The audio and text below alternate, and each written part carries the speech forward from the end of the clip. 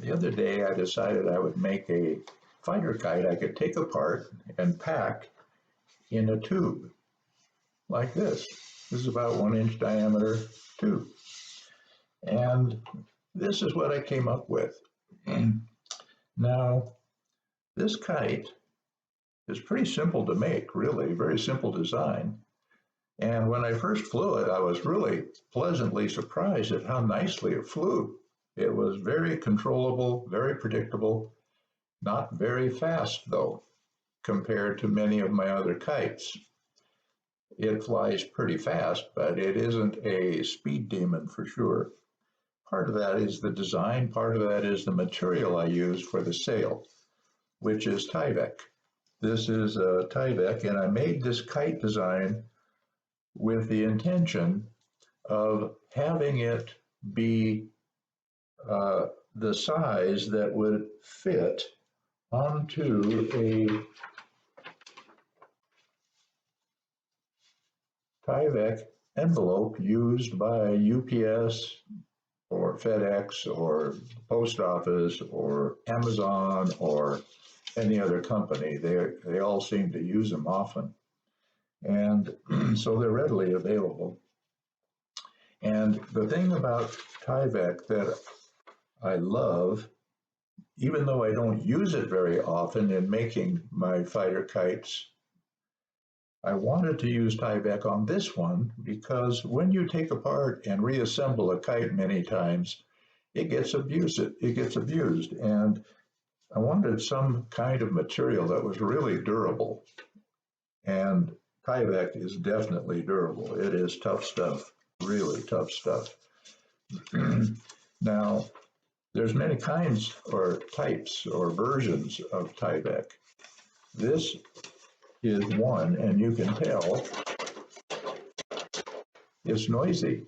It's relatively stiff, and therefore it's a little bit noisy when you make a kite out of it and you fly it.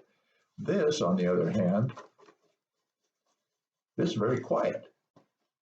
This material I got from cutting apart a protective clothing that is made of this Tyvek version that is used for making clothing of all kinds. And it's the protective clothing is very inexpensive, and I just cut it apart and used parts of it for making this kite.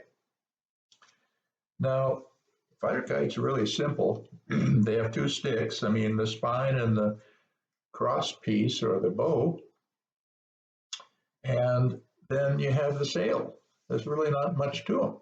So when I normally make them, I glue the bow to the sail,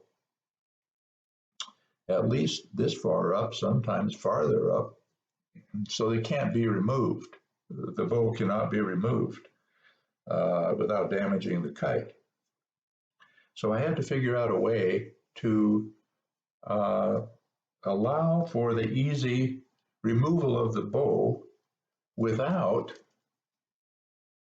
bending it too much. You don't want to, this is a carbon fiber bow, and that's what I used in this kite. I used a 0.05 diameter carbon fiber rod, 23¼ inches long, and I didn't want to have to bend it so severely that it might break when I remove it or insert it into the kite. So I came up with an idea that will allow that, and I'll show it to you here in a second. First, I'll show you my template. I made this template from a manila file folder, letter size. What I did was I drew a vertical line. That's my spine. Obviously, this is a half of a template. And I made that line 8 5/8 inches long. Then I went from the nose down 8 inches and put a dot. From that dot, I went perpendicular to it 10 1/4 inches. That's the wingtip. Now, I connected the dot out here to both ends of my spine, and then I had this shape here.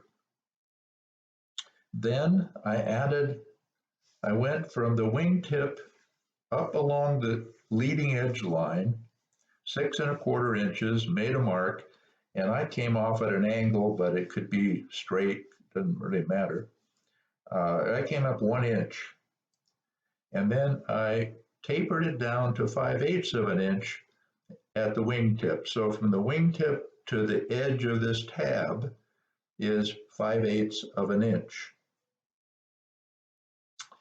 And I haven't put a batten in mine, but when I do, and I think I will to test it, I'm going to put one in about in this area here and make it parallel to the spine so that when I fold the kite up and roll it up, it will roll up parallel to the spine, not be a problem.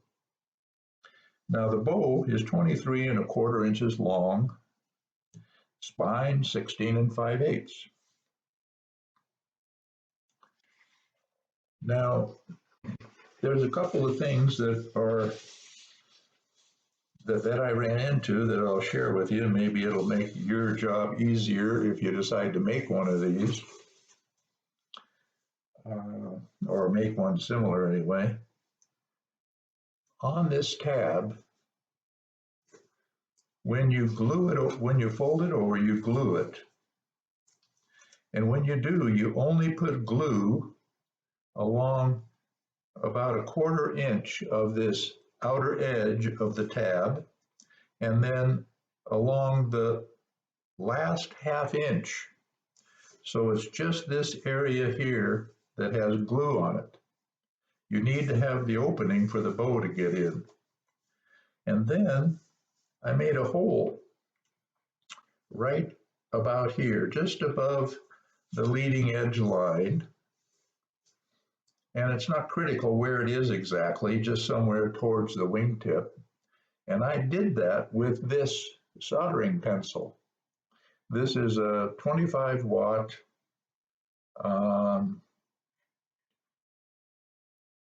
$7, I think $6, $7 soldering pencil. I use it for hot cutting, and I also use it for things like this. And you need this on both wingtips. Well, you actually don't need it on both. You could get by with just one. I put it on both. And I'll show you how that works in a second. So really, all you do is you put your spine in. I glued mine into the sail using contact cement, weldwood contact cement, but you could use double-sided tape.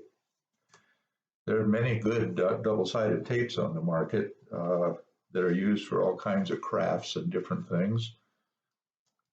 And other glues might work well too, but I use weldwood contact cement, and I buy it at Home Depot or Walmart or Ace Hardware, or wherever I happen to be to get it. So after you do this, you cut the skin out, you put your spine in, and then you're ready to put the bow in.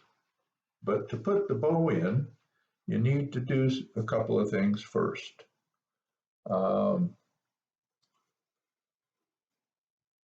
You need to measure 1½ inches on either side of the center of the bow. And when you do, you make the mark there for part of your bridle. Now, I'm going to show you the bridle here next because it is one of the trickier parts I discovered. Not because the bridle's complicated, but because I want to take the kite apart, and yet I still want a 3-point bridle. I want to be able to adjust the right and left balance of the kite while I'm out flying it, and the bridle allows for that. And I want that feature because when you take apart and reassemble a kite, very often it's not going to be exactly the same every time. So I'll show you the bridle.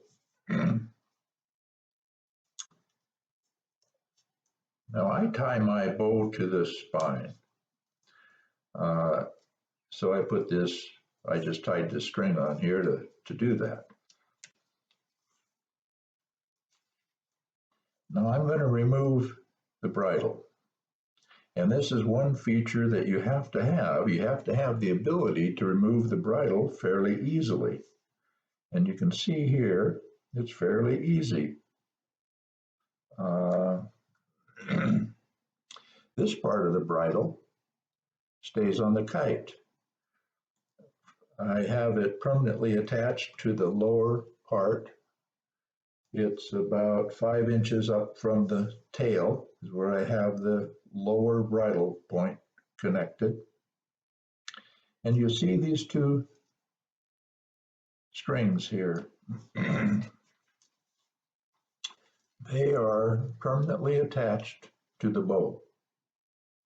Now I'm going to remove the bow, show you how that's done. And then I'm going to show you, after I finish that, I'm going to show you how to treat the corner to hold the bow without having it poke through. So what I do is I just bend the bow a little bit and pull it out enough to get it to exit that hole. And from there, I can just remove it without severely bending it. Now these two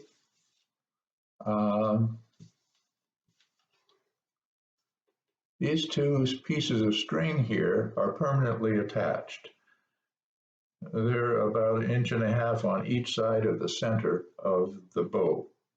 And I will show you that in a second. I'll finish the bridle here, and then I'll show you how to do the corners here. Now, I put it 1.5 inches on either side of the bow, of the spine, excuse me, from the center of the bow. And glued them with super glue, just a drop of super glue. But because my bridle lines are so thin and my hard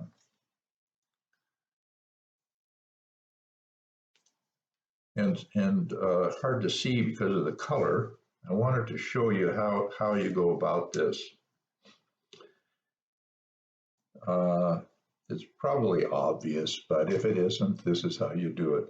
And I'll use black string here because it'll be easier for you to see. In fact, I'll do it right here. This will be easier. Now, the 3-point bridle has a few parts. This is the bridle line that you attach your flying line to. It has a loop on one end. This is the loop I put on the bow. I made a loop and then I put it on the bow and permanently glued it on, like that. Now, this part is called the upper yoke, and it connects these two on the outside surface, the front face of the kite. So the way you make this is you have a string, you put a loop in each end, and then you tie a small tail to each one of these. I only did it on one, but to show you. This is a handle for you when you go to remove bridle. So you make a lark's head knot, which is this kind of a knot, just a loop. Slide this through it and pull it tight. And pull it up to the knot. So on the outside of the kite, this is what you see. You see this, the knot, this and the knot, and this loop. And you see it on both sides. Same way. And then the longer line, the primary bridle, is attached up here with a lark's head knot also. Simply lark's head it through. And a lark's head is a simple knot. You just poke one end through the other of the loop. But it holds really well, especially if you use wax, which I recommend on your lines. I use beeswax, but you can use paraffin. It doesn't really matter. It works. So this is how the bridle works. I hope that's been helpful. And then the last piece is another loop that you attach to this main bridle, which is where you attach your flying line right here. I hope that was helpful and not confusing. It's a little bit, there's quite a few parts of string involved in that. Now, I want to show you what I did for the corner, because this is another tricky thing to do. Now, you can use many different things for making fighter kites. Many different parts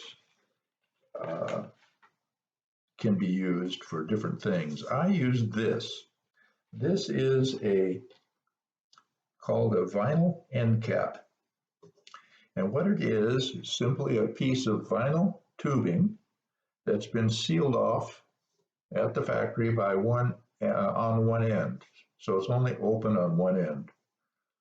And this is, they come in different diameters. They're very inexpensive. I think a package of, I don't know how many, maybe a couple dozen, probably $1 or something like that. This is a diameter inside of 0.062. Now they come in all different sizes of diameters. You can buy them on kitesandfunthings.com. I know they're there. And there's many places that sell them, many places. So this is what I used. Now this is what the bow end actually goes into at the corner. So this, I could, in fact, I could make the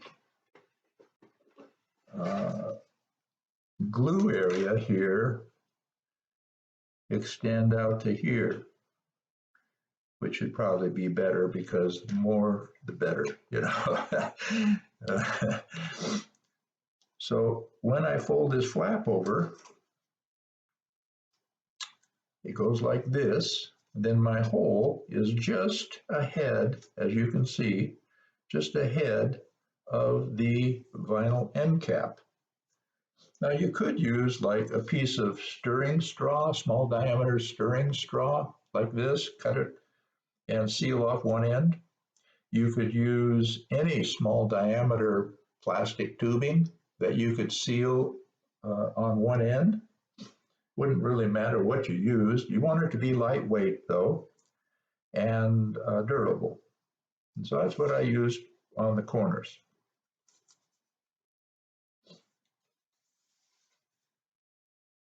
Now, other than that, the kite itself is very straightforward to make and to draw the template. Obviously when you do the template, when you go to cut it, you're cutting it so that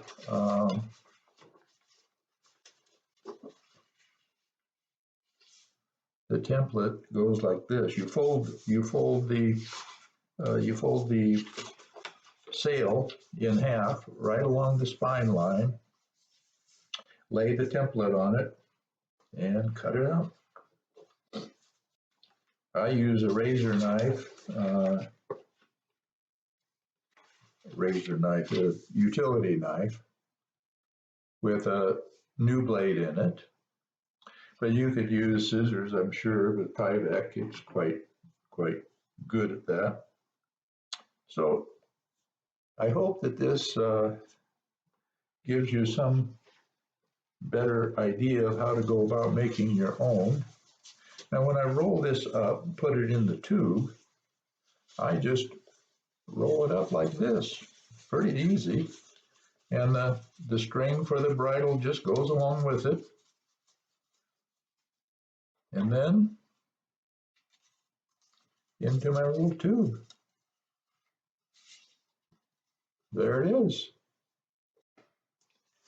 If you make one, I hope you fly it often and you really enjoy it. Thank you.